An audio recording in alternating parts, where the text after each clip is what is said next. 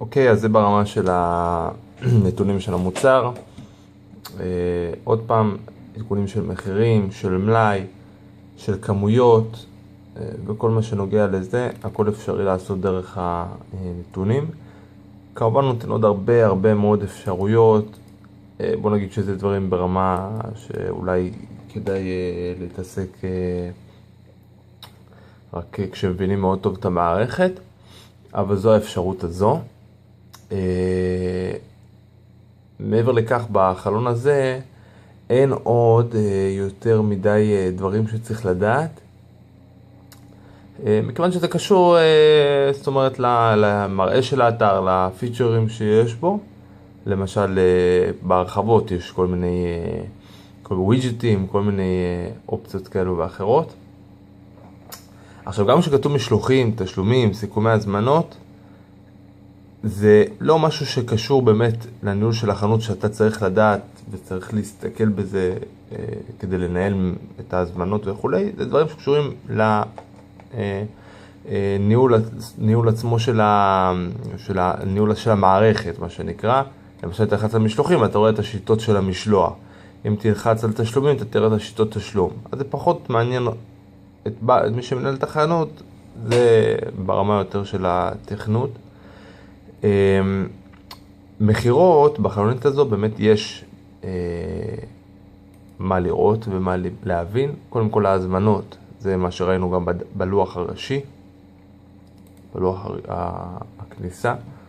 אלו ההזמנות שנכנסו. גם פה אפשר להציג ולערוך את ההזמנות, במידה שרוצים לעשות שינויים בהזמנה ניתן גם לערוך אותה. כמובן אתה יכול להסתכל, אפשר להסתכל, לבדוק את האפשרויות שזה מציע. בדרך כלל לא צריך לשנות הזמנה אם היא נכנסה.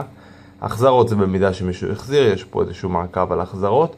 לקוחות, כל לקוח שנרשם, עושה הזמנה, הוא הופך להיות חלק מהרשימה הזאת. במקרה הזה יש פה אותי, עמית לוי, ויש פה גם איזשהו שם של מישהו שנרשם. כנראה כדי לעשות איזו בדיקה על האתר, אם אני מסתכל בנתונים שלו, אני יכול לראות שהכתובת שלו באמת במלבורן, אוסטרליה. אז זה מישהו מאוסטרליה שעשה בדיקה על האתר, אני יכול לראות את העסקאות שלו, את ההזמנות במידה והוא עשה. במקרה הזה הוא לא עשה, אני חושב, הזמנה, אבל הוא רק נרשם לאתר. את כל הלקוחות אנחנו נראה פה בלקוחות. אם תראה, כתוב קבוצת לקוח והברירת מחדל של המערכת. אם אני רוצה לתת לעשות איזה סינון בין הלקוחות, אני יכול לפתוח קבוצה. מה הכוונה?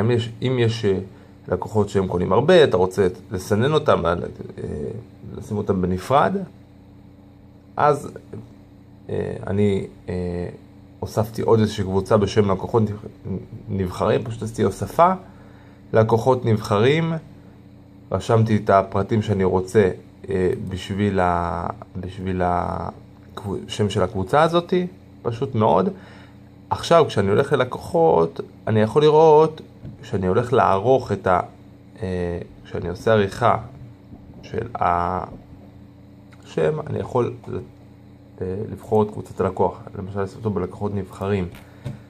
ככה, בהמשך, אתה תראה שצריך לאשר פה את הסיסמה, אבל בעיקרון בהמשך אתה תראה שככה אפשר לשלוח להם דיוור וליידע אותם בכל מיני דברים, לפי איזשהו סינון מסוים. אתה רוצה שיגיע רק אליהם סוג מסוים של דואר ולאחרים סוג אחר, זו האופציה שקיימת. שותפים פחות מעניין. קופונים, זו עוד אופציה. כמו שראית, כאשר אני מבצע הזמנה, אני עושה רושם למשל את ההזמנה, אני מוסיף את זה לסל. כשהולך לשופינג קארט הוא נותן לי את האופציה הזאת, use קופון קוד. אם אתה רוצה להעניק איזשהו קופון, אז למשל אתה עושה הוספה, אתה רוצה להוסיף איזשהו מבצע, אתה קורא לו למשל,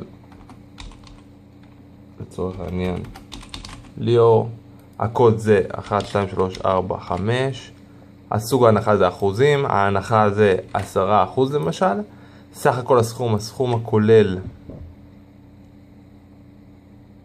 שחייב להגיע אליו לפני שהקופון תקף, נניח שזה 0, זאת אומרת כל סכום הוא יוכל לקבל את ההנחה הזאת, כניסת לקוח, האם הוא חייב להיות מחובר, נניח שלא, האם המשלוח חינם, נניח שלא, ואתה יכול לבחור מוצרים מסוימים, בוא נגיד, נכיל את זה על כל המוצרים, יש לך פה תאריך התחלה, ויש תאריך סיום, במקרה הזה, זה היום שאנחנו נמצאים בו, נעשה את הסיום מחר, שימושים לכל קופון, כמה פעמים אתה רוצה להשתמש בכל קופון פעם אחת, שימושים לכל לקוח פעם אחת, פשוט אתה מוסיף את הקופון הזה ואתה תראה שהוא נרשם לך ברשימה ליאור. עכשיו, אם אני אעשה רפרש, בואו נראה האם הוא נותן לי להשתמש בקופון הזה. בבקשה. הוא נתן לי להשתמש בקופון הזה, ובמקום שאני אשלם $34, אז אני משלם פחות $3 כמו שרשום למטה פה, פחות $3, וההנחה מתקבלת. כמובן שאתה שולח את זה לפי הצורך, אם אתה רוצה לשלוח לקבוצת לקוחות, אתה שולח להם, השתמשו בקוד הקופון, ואתה יודע שכל מי שמשתמש בזה מקבל הנחה. שוברי מתנה, אותו הרעיון, אתה יכול להוסיף שובר מתנה, במקרה הזה למשל, נגיד שובר מתנה, הקוד הוא 1, 2, 3, 4, 5, 6, ממי, נגיד ליאור, דואר אלקטרוני, נניח אתה רושם את זה, דואר אל עמית, הדואר זה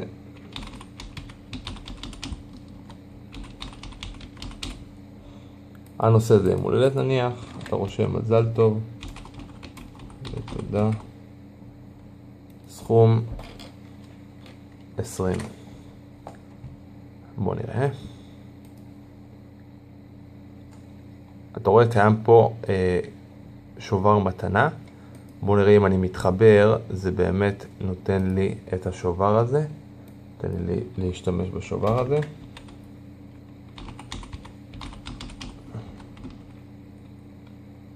כמובן שכל האפשרויות האלה, אני נותן איזושהי סקירה כללית. יש דברים שקצת יותר מסובך לבצע, יש דברים שפחות, אבל שתראה את האופציות שקיימות.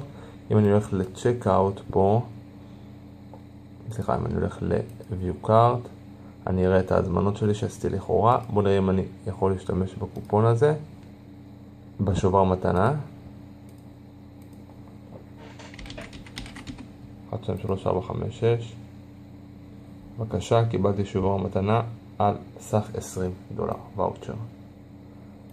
עוד אופציה שקיימת, כמובן, במידה שהאתר הזה הופך להיות יותר פעיל ויותר ככה חי, אפשר לבצע פה הרבה מאוד מאוד מאוד דברים חברתיים ונחמדים.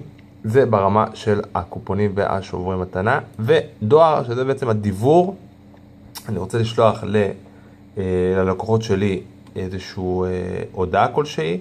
אני פשוט עושה את זה דרך פה, כמו ניוזלטר, אני כותב את ההודעה, אני כותב את הנושא, את ההודעה. במידה ששולחים תמונה, זה אין מה לעשות, הרבה פעמים זה יגיע, תמונה, זאת אומרת, לא תיראה מיד כשפותחים את האימייל, כי הוא מזהה את זה כספאם במרכאות, מה שנקרא. אין מה לעשות, זה כל מייל ששולחים עם תמונה, הרבה פעמים הוא מבקש אישור מהלקוח לראות את התמונה, אבל אם אתה רושם פשוט משהו, אז כמובן הכל יופיע. עוד פעם, פה אתה יכול לשלוח לכל מיני אופציות. קודם כל, אתה יכול לשלוח את זה כל המנויים של האידיון, לכל הלקוחות. הרי יש מנויים של האידיון, זה אנשים שרוצים את הניוזלטר, במיוחד הם מבקשים את זה.